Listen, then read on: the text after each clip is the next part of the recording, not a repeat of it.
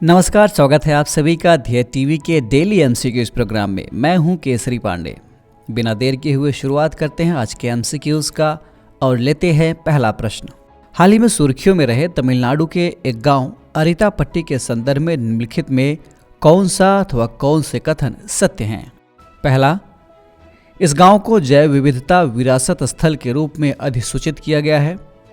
दूसरा, ये राज्य का पहला जैव विविधता विरासत स्थल है। आपके ऑप्शंस हैं ए केवल एक, बी केवल दो, सी एक और दो दोनों, अथवा डी इनमें से कोई नहीं, यानी न तो एक न ही दो।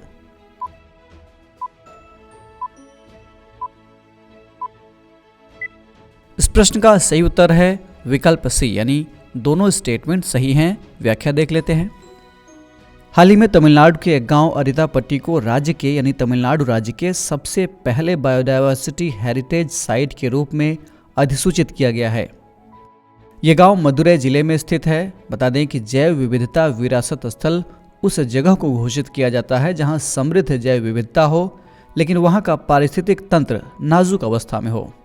तमिलनाडु सरकार ने इसे जैव विविधता अधिनियम 2002 की धारा 37 के तहत अधिसूचित किया है। अरितापट्टी गांव में 7 बंजर ग्रेनाइट पहाड़ियों की एक श्रृंखला है।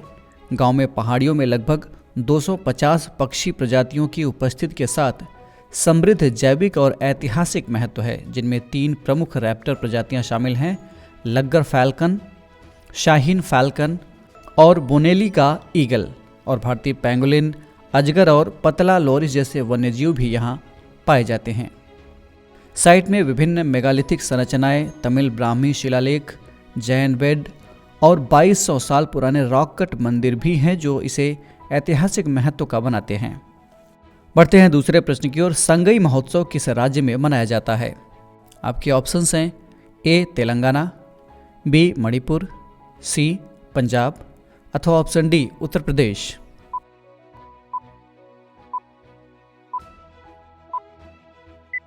इस प्रश्न का सही उत्तर है विकल्प बी, यानी मणिपुर सही उत्तर है इसका। व्याख्या देख लेते हैं। संगई महोत्सव मणिपुर में मनाया जाने वाला एक प्रमुख त्यौहार है, जो कि एक सांस्कृतिक महोत्सव है। यह त्यौहार एकता के त्यौहार के रूप में मनाया जाता है। मणिपुर क्षेत्र में संगाई के रूप में लोकप्रिय शर्मीले और कोमल हिरण की विशिष्टता को उजागर करने के लिए यह त्यौहार मनाया जाता है। दुर्लभ प्रजाति वाला संगाई हिरण मणिपुर का राज्य पशु है। इस वर्ष इस त्यौहार का आयोजन 21 नवंबर से किया जा रहा है। इस वर्ष महोत्सव की थीम है एकता का त्यौहार। इस उत्सव में मणिपुर के पारंपरिक खेल सागोल कांगजेई का भी आयोजन किया जा रहा है। बढ़ते हैं तीसरे प्रश्न की ओर। हाल ही में वर्ष 2022 का champion of the earth award किसे प्रदान किया गया है? आपके विकल्प हैं ए पूर्णिमा देवी बर्मन, बी मेधा पाटकर, सी नरेंद्र मोदी, अथवा डी विराट कोहली।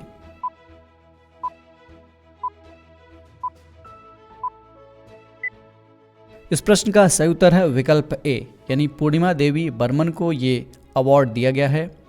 एक्सप्लेनेशन देख लेते हैं इसका।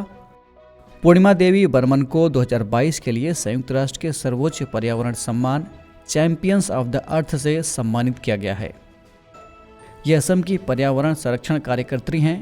बता दें कि पूर्णिमा देवी ने लगभग 2 दशकों तक एक सर्व महिला ग्रुप बनाकर ग्रेटेस्ट एडजुटेंट स्टार्क पक्षी, जो कि विलुप्त होने की कगार पर है, इसके अस्तित्व को बचाने की भरपूर कोशिश कर रही हैं। इस पक्षी को असम की लोक भाषा में हरगिला के नाम से जाना जाता है, हरगिला। बढ़ते हैं चौथे प्रश्न की ओर। हाल ही में लेखक खालिद जावेद के किस उपन्यास को जेसीबी पुरस्कार से पुरस्कृत किया गया है? आपके ऑप्शंस हैं ए एक खंजर पानी में, बी नेमत खाना, सी मौत की किताब, अथवा डी इनमें से कोई नहीं।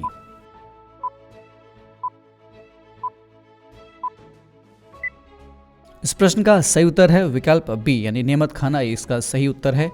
चलिए व्याख्या देख लेते हैं। साल 2022 में जामिया मिलिया विश्वविद्यालय के उर्दू के प्रोफेसर खालिद जावेद को जेसीबी पुरस्कार प्रदान किया गया है। यह पुरस्कार इन्हें उपन्यास नेमत खाना के लिए दिया गया है। इस उपन्यास का अंग्रेजी अनुवाद द पैराडाइज ऑफ फूड के नाम से बारा फारूकी ने किया है। इन्होंने उर्दू भाषा में कई प्रसिद्ध उपन्यास, कहानियाँ और आलोचनाएं लिखी हैं। लेखक खालिद की कहानी अमेरिका के प्रिंसटन कॉलेज के साउथ एशियन लिटरेचर डिपार्टमेंट में शामिल की गई है। पुरस्कार के बारे में आपको बताएं तो इसके तहत हर साल एक भारतीय लेखक को उसके उपन्यास के एक विशिष्ट कार्य के लिए 25 लाख रुपए की राशि प्रदान की जाती है। पुरस्कार को वैश्विक निर्माण उपकरण निर्माता यानी कंस्ट्रक्शन इक्विपमेंट मैन्युफैक्चरर जेसीपी द्वारा वित्त पोषित किया जाता है। यानी जेसीपी जो कंपनी है वो इसकी फंडिंग करती है और जेसीपी लिटरेचर फाउंडेशन द्वारा ये प्रशासित किया जाता है। साल 2018 में ये पहली बार पुरस्कार दिया गया था। बढ़ते हैं आज के इस कार्यक्रम के अंतिम प्रश्न की ओर यानी 5वें प्रश्न की ओर। हाल ही में FASTRAP सुर्खियों में रहा, ये क्या है? FIRSTAP FASTRAP। आपके ऑप्शंस हैं ए विस्फोटक सामग्री पता लगाने वाला यंत्र, बी आंखों की दूरदृष्टि दोष की जांच करने वाला यंत्र, सी भारत का पहला स्वदेश निर्मित वाणिज्यिक विमान, अथवा ऑप्शन डी भारत का पहला स्टिकर आधारित डेबिट कार्ड।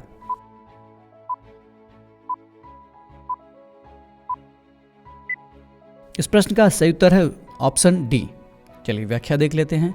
हाल ही में IDFC फर्स्ट बैंक ने भारतीय राष्ट्रीय भुगतान निगम यानी NPCI national payment corporation of India के सहयोग से भारत का पहला स्टिकर आधारित डेबिट कार्ड लॉन्च किया है। इसका नाम FASTRAP है। ये आपके डेबिट कार्ड का जो साइज है उसके लगभग 1/3 साइज का होता है। इसमें एक स्टिकर लगा होता है। इस कार्ड की मदद से उपयोगकर्ता नियर फील्ड कम्युनिकेशन सक्षम पॉइंट ऑफ सेल टर्मिनल यानी जहां आप खरीदारी करते हैं, जिस मशीन से आप पेमेंट करते हैं उसकी बात हो रही है, इस पर टैप करके आप ट्रांजैक्शन यानी लेन देन कर सकते हैं। इस छोटे से स्टिकर वाले कार्ड को ग्राहक की पसंद की किसी भी सतह पर चिपकाया जा सकता है, जैसे कि सेल फोन पर, किसी ID कार्ड पर, पर्स पर, टैब पर या फिर एयरपॉड केस आदि पर कहीं भी इसको लगवा करके आप इसकी मदद से पेमेंट कर सकते हैं।